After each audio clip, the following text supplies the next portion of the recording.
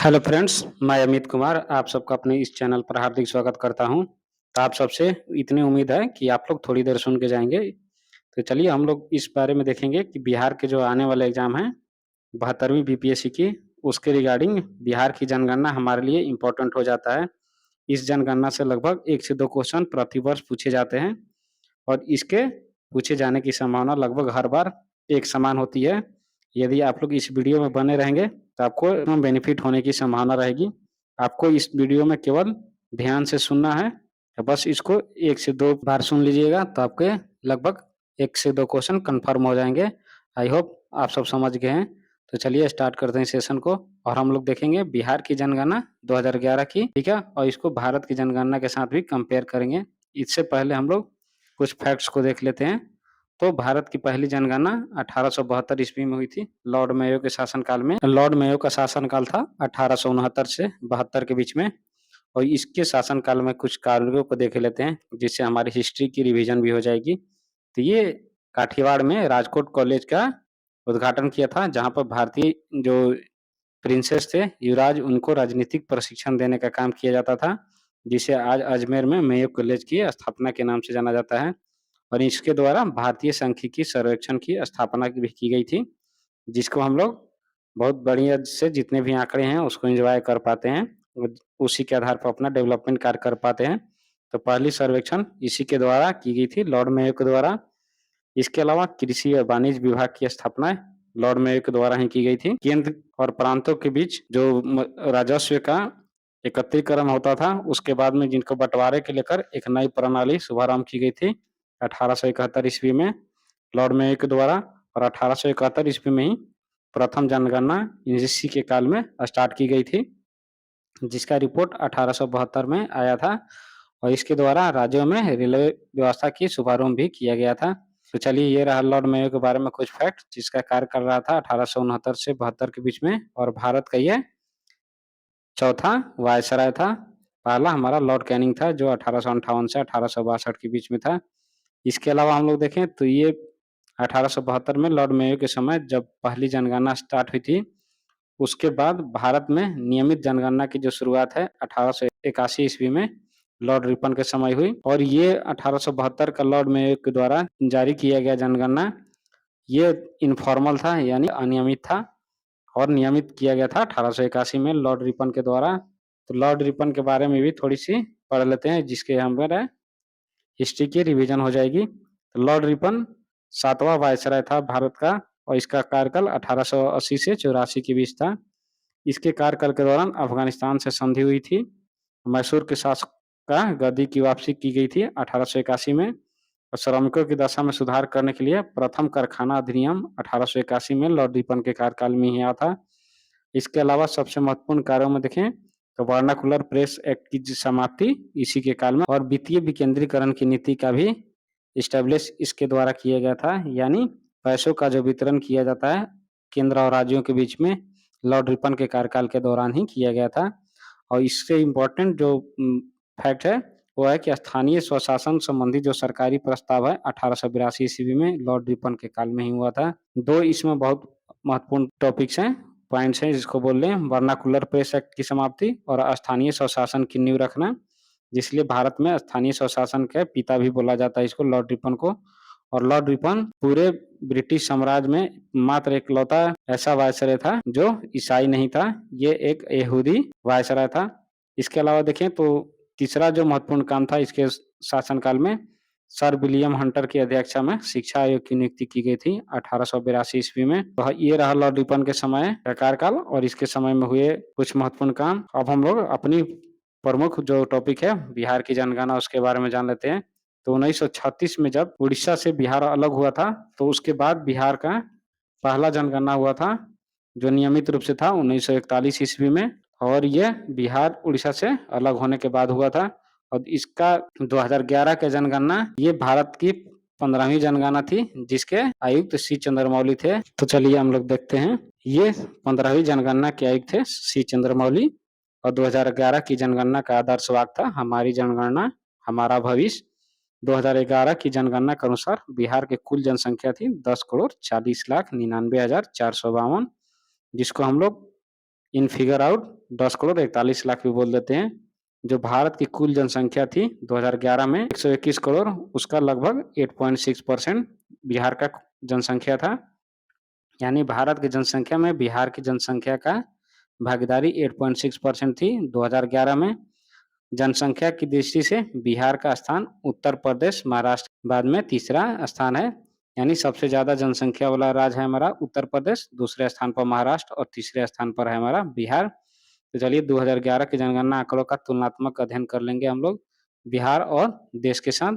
तो बिहार का देखें तो कुल जनसंख्या 2011 में 10 करोड़ 41 लाख थी, जबकि भारत की जनगणना 2011 की रिपोर्ट के अनुसार भारत की कुल जनसंख्या 121 करोड़ के लगभग था, आसपास था। इनकी कुल जनसंख्या में पुरुषों का अनुपात देखें तो बिहार में 10 करोड़ 41 लाख में 52.14% पुरुषों की जनसंख्या थी, और भारत की जनसंख्या में देखें तो पुरुषों की अनुपात रहा था 51.54। इसके अलावा देखें तो कुल जनसंख्या में महिलाओं का कितना प्रतिशत योगदान रहा, तो बिहार में 2011 की जनगणना के अनुसार 47.86% था, जबकि भारत के जनगणना के अनुसार यानी भारत में महिलाओं की कुल जनसंख्या का अनुपात 48.46% था। नेक्स्ट है भारत की ग्रामीण जनसंख्या, अगर देखें और बिहार की ग्रामीण जनसंख्या कितना थी, तो बिहार की ग्रामीण जनसंख्या 2011 की जनगणना के अनुसार 9.23 करोड़ थी, यानी 9 करोड़ 23 लाख थी। जबकि भारत में ग्रामीण जनसंख्या कितनी थी, 83.37 करोड़ थी। यानी भारत की कुल जनसंख्या जितनी है उसमें से इतनी आबादी ये गाँव में निवास करती है। और इसका प्रतिशत देखें तो भारत की कुल जनसंख्या में और बिहार के कुल जनसंख्या में कितना प्रतिशत बैठता है, तो भारत के कुल जनसंख्या में 68.8% होता है, जबकि बिहार की जनसंख्या में ग्रामीण जनसंख्या का अनुपात 88.7% होता है।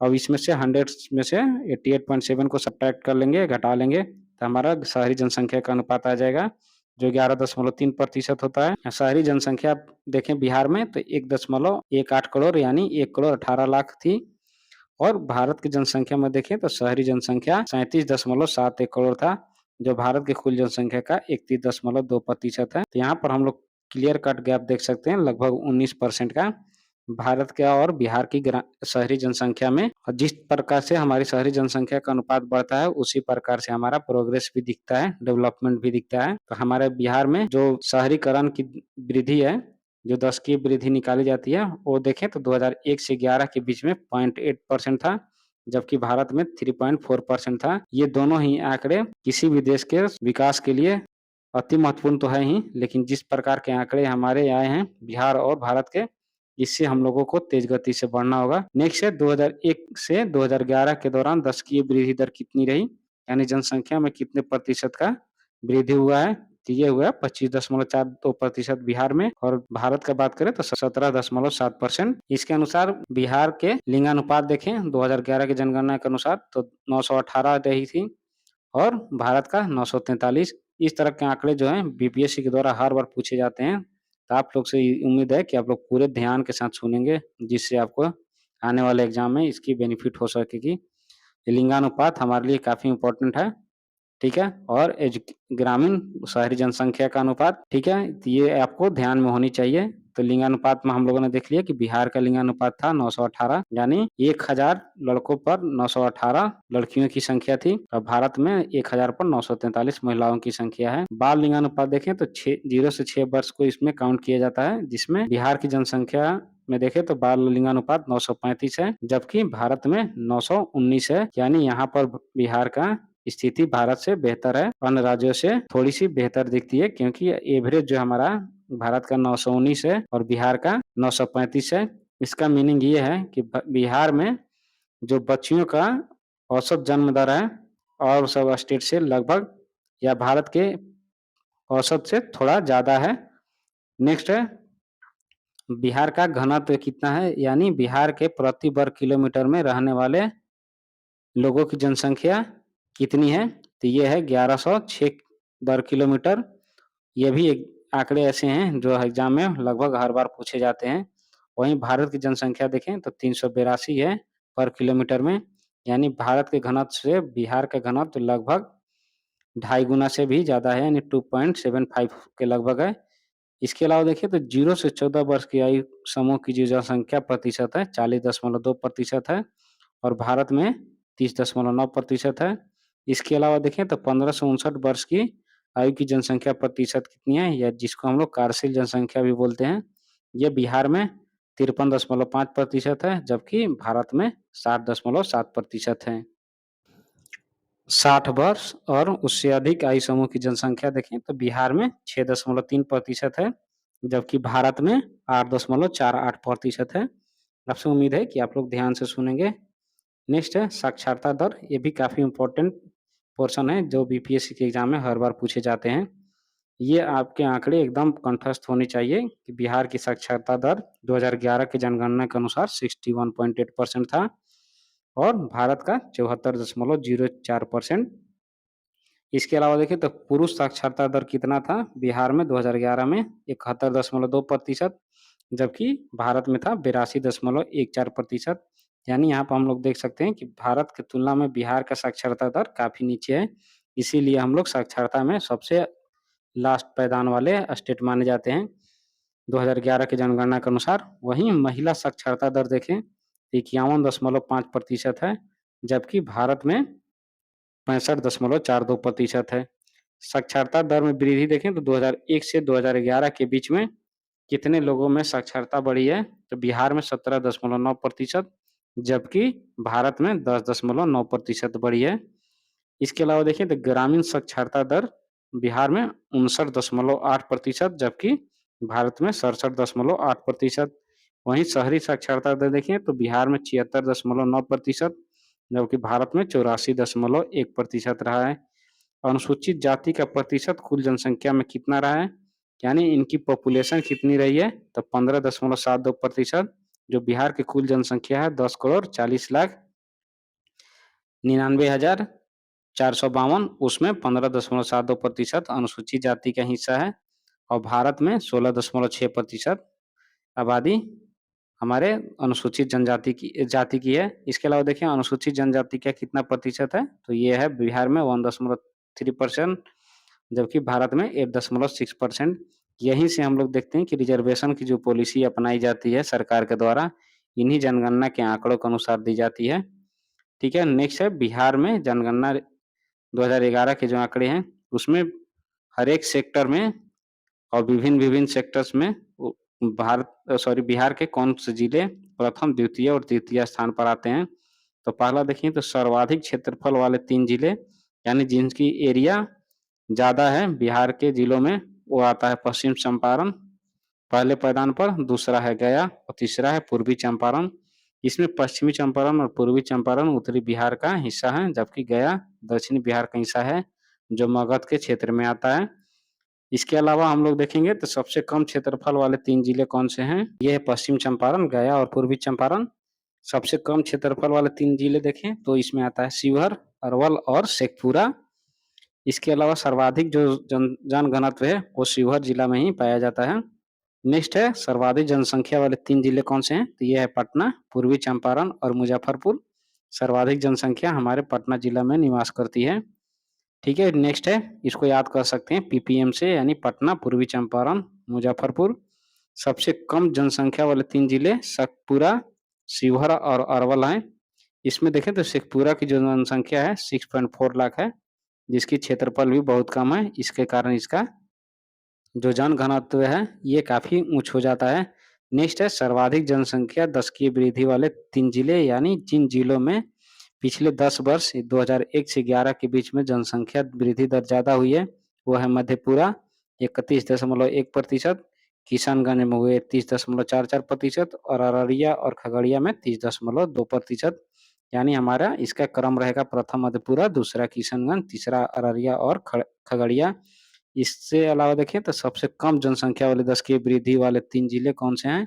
तो ये हैं अरवल, गोपालगंज और दरभंगा, जहाँ पर जनसंख्या वृद्धि दर सबसे कम है बिहार के जिलों में। इसके अलावा देखें तो सर्वाधिक लिंगानुपात वाले 3 जिले कौन-कौन से हैं? तो ये है गोपालगंज, जहाँ पर 1021 लिंगानुपात है। ये आपको एग्ज़ैक्ट याद होनी चाहिए, ये डायरेक्ट एग्ज़ाम में पूछे जाते हैं। गोपालगंज का कितना लिंगानुपात है, या पूछ दिया जाता है कि बिहार के किस जिले में सर्वाधिक लिंगानुपात है और कितना है, तो आपको आना चाहिए कि गोपालगंज में है और ये 1021 है। इसके बाद सिवान और सारण में आता है। इसके सर्वाधिक लिंगानुपात होने का एक कारण और है कि जो भारत से बाहर के देशों में यानी खाड़ी देशों में जो मुस्लिम समुदाय हैं इस जिलों के, वो कार्य करने के लिए जाते हैं, तो इसके कारण यहाँ पर जब जनगणना होती है तो उसका लिंगानुपात बढ़ा हुआ दिखाई भी देता है। इसके कारण अब देखें तो नेक्स्ट है सबसे कम लिंगानुपात वाले 3 जिले। मुंगेर है सबसे कम लिंगानुपात वाला जिला 876 जहाँ की तो लिंगानुपात है। वहीं भागलपुर दूसरे नंबर पर और तीसरे नंबर पर है खगड़िया। ये सभी जो है जिले ये गंगा नदी के सीमा पर लगे हैं। ठीक है, और एक दूसरे से भी सटे हुए हैं। नेक्स्ट है सर्वाधिक बाल लिंगानुपात वाले 3 जिले, ये किशनगंज, कटिहार और गया है। सबसे कम बाल लिंगानुपात वाले 3 जिले वैशाली, पटना और मुजफ्फरपुर है। सर्वाधिक जनसंख्या वाले 3 जिले शिवहर, पटना और दरभंगा है। तो शिवहर का जनघनत्व है ये है 1880। इसके बाद पटना और दरभंगा का स्थान आता है।